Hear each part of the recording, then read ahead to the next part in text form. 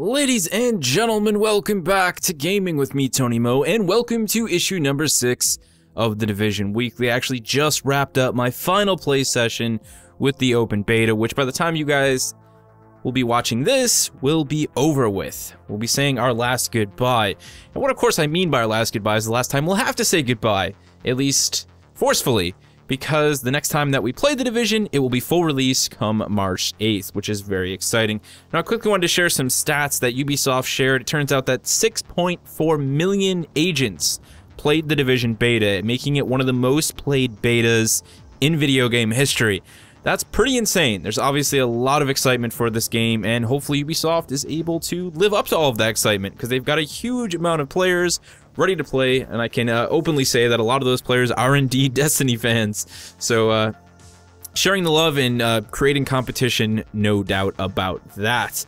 Now, they also mentioned, of course, if you participated in the alpha, the closed beta, and now the open beta, you will be getting special rewards. In this case, you're going to be able to get the Short Bow Sports Club jacket from the Uplay Club when the Division finally goes live. So, nice little addition for those of us who participated in the open beta.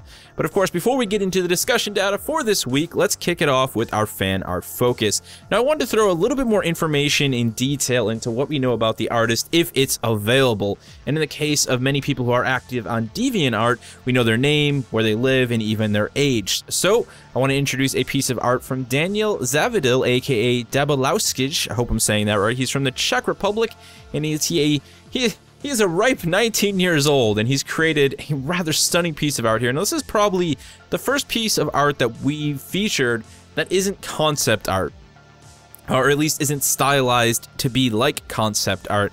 This is more so, I would say, almost something out of like a graphic novel. It's a very beautiful still image. I don't know if this was intentional, but the snow that he used in this piece of art itself also almost acts like a sort of film grain filter. It adds a bit of blur, it adds a bit of grain to the image, and I think that's what kind of makes me think of it as a sort of graphic novel image, something you'd see in a comic book or in a even like a virtual graphic novel used in a cutscene in a video game, perhaps.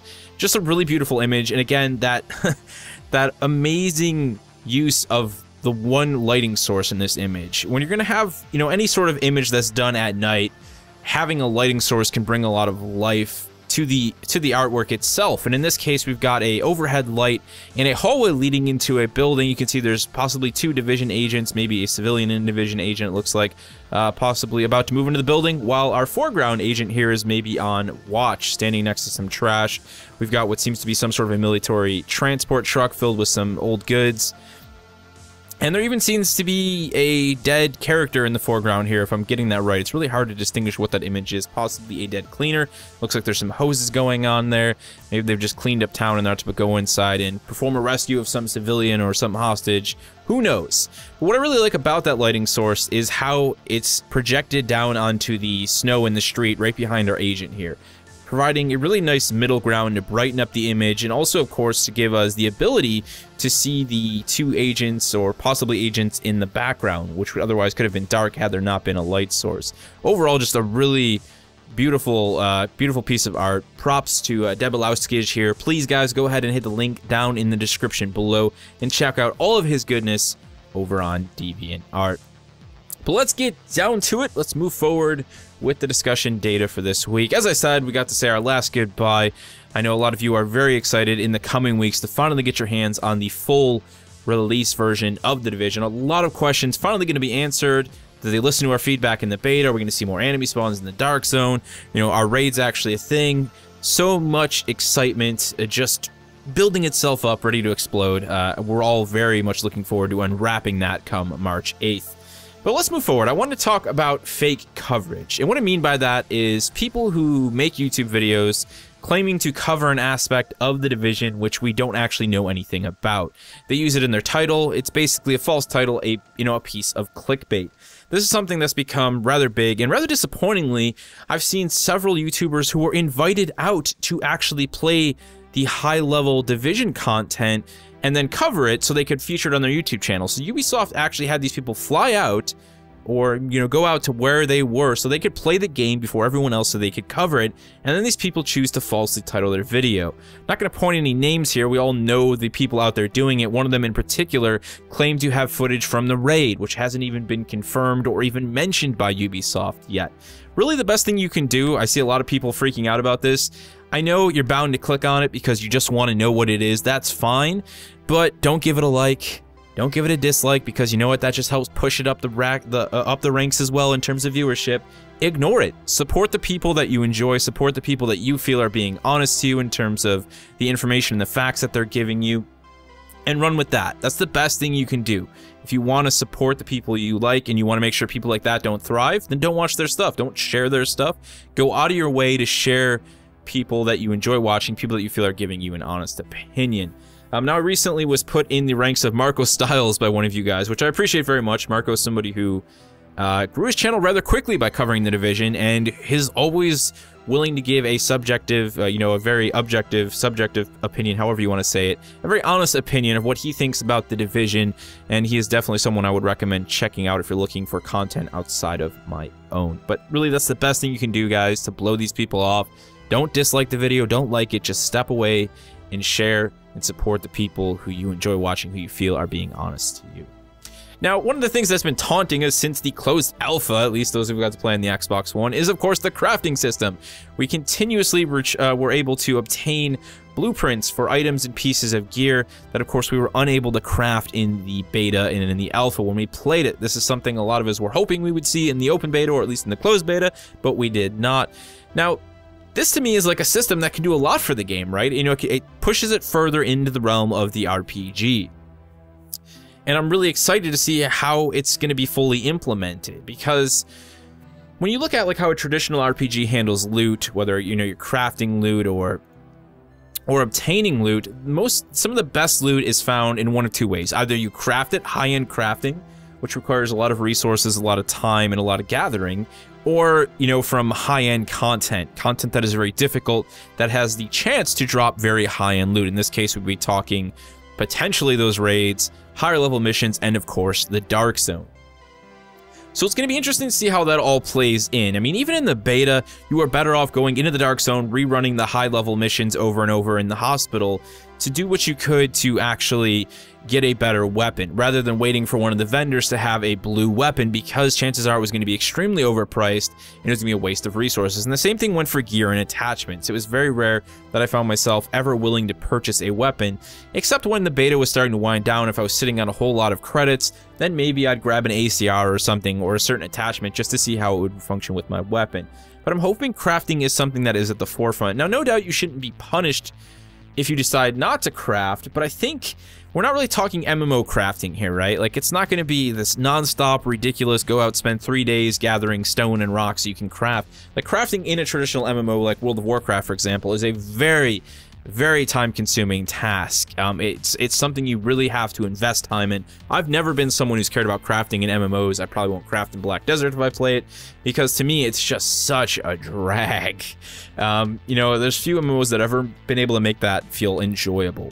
But in a smaller scale, open world, you know, RPG shooter like The Division, you know, I wouldn't mind if crafting was a very great way to get gear. And if you blew crafting off, then, you know, in ways you were hurting yourself to potentially get your hands on good items in good gear. Now, I'm also interested to see if we are going to be able to craft mods. Right now, all of the items that we've seemingly picked up in the beta that I've seen have been actual pieces of gear, so like knee pads, backpacks, holsters, as well as firearms. But I haven't seen the ability to craft mods, so that'll be interesting, because we do know that not only will we have mods for weapons, our gear is also going to have mods. This is something that was also locked out in all of the testing that we were able to do. So really exciting to see where the crafting system goes. If you guys have any thoughts of your own, at least what you'd like to see from the crafting system, speculation-wise, feel free to leave it down in the comments section below. Now I want to talk about some of my remaining concerns now that all of the testing's over with and we're just counting down the days to the launch of The Division.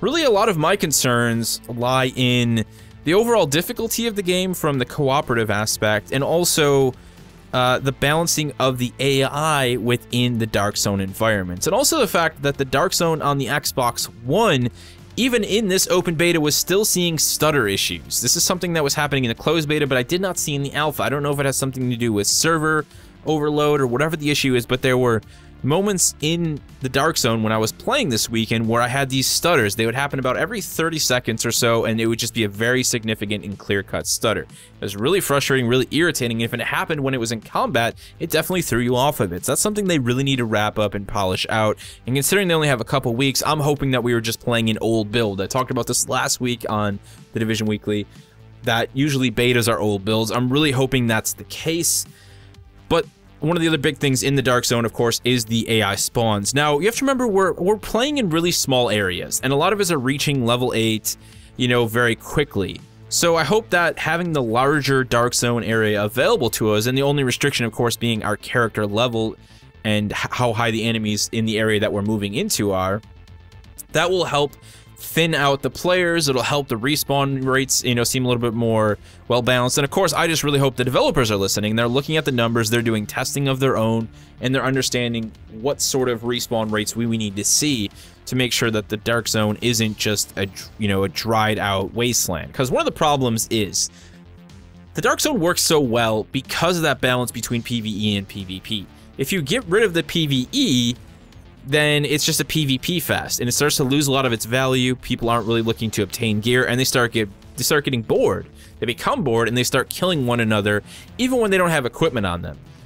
One of you guys, you know, actually, a friend of mine, Human Evil, as I call him, he mentioned how there was a lot of people in the Dark Zone just killing him when he didn't even have equipment, and you know, that's annoying. I agree. Like, I don't even care if you and two of your friends ambush me while I'm solo because I'm walking around with a pack full of contaminated gear. That's all on me, you know. I should have been a little bit more aware. Why did I let myself get caught out as a solo player? But when people are killing each other, when they don't even have any gear or any loot to obtain from them, that's obviously because they've reached a state where they're bored. And a lot of that come from a lack of enemy spawns. So hopefully that's something that gets beefed up. Not to mention, that's where a lot of the sort of friendship is developed, and it's in eliminating those high-level mobs. You know, the named bosses, the gold tier bosses, the ones that are going to drop the blue gear. Those are the guys that you know, help form bonds and friendships between randoms, because they're all working together, you know, for at that point in time, you know, to take down a threat that is after all of them. I forget the term. A common threat. A common threat is what I should say. And that creates friendship, you know. You're less likely to kill the guy next to you for the gear he just picked up from a dead body if he helps you kill that dead body, you know, after a 15-minute firefight. So that's just something they really, really need to balance. They really need to get that down. Now, I'm assuming that all of the missions that we see in the game, much like the hospital mission as well as the subway morgue mission, are going to have hard modes. It's a little disappointing that we didn't have a hard mode for the subway morgue mission. I thought there was one, and a lot of you guys pointed out that there wasn't when I did my video covering it, and when I went back to see if I could run through it, you're right, there wasn't one at all, and that was a bit disappointing. Now, I imagine that's just a beta thing. I don't know why they didn't give us a hard mode. I really don't know. You have to remember that, like, Ubisoft and Massive and, like, the developers working on a game like The Division, they have huge development teams. We're not talking like a 100-person development team. We're talking probably 1,000 plus. So there are actually developers, individuals working on one mission by themselves or with one other person, like an artist and a level designer working in tandem to design literally just 1 or 2 missions. That's what they do. In fact, it was awesome. I actually sent out a tweet talking about that video, and 2 of the level designers who worked on the subway morgue mission actually gave me a retweet and mentioned, and I started engaging in conversation with them. So that was pretty freaking awesome. But that's, you know, sort of a reminder as to the size of some of these development teams. But nonetheless, I hope we have more, you know, more difficulty modes. I'd like to see one go beyond hard. You know, there needs to be a reason to go back and replay these missions. I would love for that sort of thing. I would love for them to veer into the realm of dailies, you know, giving players every single day or every single week, similar to what Destiny does, a reason to, you know, actually go back and replay a mission. You know, it's to get higher rewards from that. Destiny's done a very good job with that, with the strikes, the weekly heroic strike, and of course the Nightfall strike. I would love to see instances much like that in The Division. It helps keep the community alive and active, and it gives you a reason to play old content at the opportunity to get some awesome loot. So that's sort of all my concerns bundled. You know, I think a lot of us are concerned about depth and so on and so forth, but when I look at the amount of time that I've spent in the area that was in the beta, it's insane. I probably spent at least 17 hours in the closed beta, at least 20 in the alpha, and probably another 10 in the open beta. Like, you know, the Dark Zone is a lot of that, but at the same time, I really just enjoy being in the world. I actually have like 15 to 30 minutes worth of video footage of me just exploring New York City. You know, I love the world they've done, and I think there are a lot of people who feel that way, and the game's going to have a little bit more value to us than those people who are just looking for pure content, pure missions, you know, pure engagement with enemies. We're going to get more out of the game than they would, and I think that just comes down to wonderful environmental design by the team at Massive, and they deserve a big thumbs up for that. So I want to talk about our favorite enemy factions. Now, obviously, we haven't got a chance to see the Last Man Battalion, of which I featured some cool concept art directly from Ubisoft in this week's background. So I guess we can't really have an opinion on them, but we do know what they're like, you know, just because we haven't engaged them. But I wanted to make my decision based on an enemy that I thoroughly enjoyed fighting, you know, being involved in firefights with, and that is most definitely the Cleaners. The Cleaners are just so wicked cool. I love the idea of having to deal with like a 30-foot ultra flamethrower in the subway morgue mission. They're just one of the more interesting factions for me, you know, in terms of their background story, their thought process, and in terms of how you actually have to deal with them in combat. I love dealing with the shield rushers with the axes. You know, they keep you on your feet, and as somebody who's been spending a lot of time playing the beta solo, yeah, they can be a seriously aggressive threat, one that can easily overwhelm you. They're just a lot of fun to mess around with. So be sure to let me know what your favorite faction is thus far, guys. If you want to talk about the Last Man Battalion, that's fine. They can be your favorite faction just based on the fact that they're ex-PMCs. I'm okay with that. But let me know your favorite faction and why down in the comments section below. Now, I wanted to close out this week with talking a little bit about what I plan on doing in terms of coverage for The Division when it does go live. Now, I know I think we have one more week until the game goes live, so we're going to see one more episode of The Division Weekly before the game actually does go live. It's going to be it'll be February 29th, and then that'll be the final week, because I'm not going to do an episode of The Division Weekly on the 7th, which will be hopefully the night that The Division goes live, midnight launch. So that's something I'm looking forward to. It's gonna be a good weekend. Yeah, celebrate my girlfriend's birthday. We'll get to play The Division on that upcoming week. Things are gonna be swell. Things are gonna be fantastic. I'm very much looking forward to that. But what I'm planning on doing, obviously, some traditional coverage. We're gonna be doing first impressions. We're gonna be doing. I'm actually probably gonna be doing a full review for The Division once I've wrapped up most of the game. That'll probably take a week for me to iron it out. I'm gonna spend a lot of nights playing The Division, but I want to play as much of the game as I can, get around to some of the higher level content before I give you guys a review. And if there's any content that is added down the road, we will continue to update that review. That's my plan for it. I also have some plans to do the similar content that I've done with Destiny. So I'd like to bring back the Daily series, which if you guys don't know what that is, the Daily series was a series where I played like the daily strike once a week, the daily heroic strike once a week solo with modifiers that were either decided by me or you. So in The Division, I already have some thoughts. You know, pistol only, require me to melee kill a certain amount of enemies, require me to not use grenades or not use a certain bullet type. You know, there's a lot of things we can do to really have fun with that, to do individual Let's Plays once a week. It's something I really want to do. And as I said, The Division Weekly is going to keep continuing. And I've got a lot of big plans, and a lot of it is focused around getting you guys involved with featuring character builds and you know, featuring even maybe small video clips. I really want to open this up and make it something that, no doubt, it's going to require me to spend a little more time on, but it's something that I'm so passionately into at the moment that I'm fully ready to take on that task. I'm fully ready to burn through my Sunday, you know, looking through video clips or character builds that you guys might send in. So that's it, guys. Once again, please do me a favor. Go check out Daniel Zavadil over on DeviantArt. I will have a link to his DeviantArt page down in the description below. Some beautiful artwork outside of the Division artwork that he did. Give him a shout out. Tell him The Division Weekly sent you. Now I want to close it out, guys, with the final image of my character as he stood in this week's open beta. As you guys can see, I was running a classic FAL that I actually got from the hospital mission on hard mode, which I ran solo, pistol only. You guys are going to be seeing a video of that tomorrow. I thought I'd give myself a little bit of a self-challenge. That was actually a hell of a lot of fun. We got the Black Market T821, which I had decked out to look really freaking awesome. And the 1911 pistol, also a specialized tier version of that with a suppressor on it that I was running. That's actually the pistol I used for my solo hard mode run through of that hospital mission. I made it to level 8. As you can see, I only played 5 hours actually, so not as much of this beta as I thought I did. But one of the things that was a personal endgame for me in the beta was to obtain a scarf, some sort of a neck cosmetic item, and I did. I got a red scarf. It's not a Shamog, sadly, but the scarf will have to do, and that was total endgame for me. If you guys feel like sending me any images of your Division agent as they stood in the final beta, in the open beta, feel free to hit me up over on Twitter at TonyMo034. Also, as I've said many times before, if you guys are looking to reach out to me in any way to engage in conversation with me about the channel, about video games, about the Division, Twitter is definitely the best place to do that. As I said, it is at TonyMo034. Hit me up. Send me a follow, whatever, and that's a great place to reach out and talk to me. 2 weeks, guys. 2 weeks, and we will be there. Anything else for me, feel free to leave it down in the comment section below, and I will see you in the next one.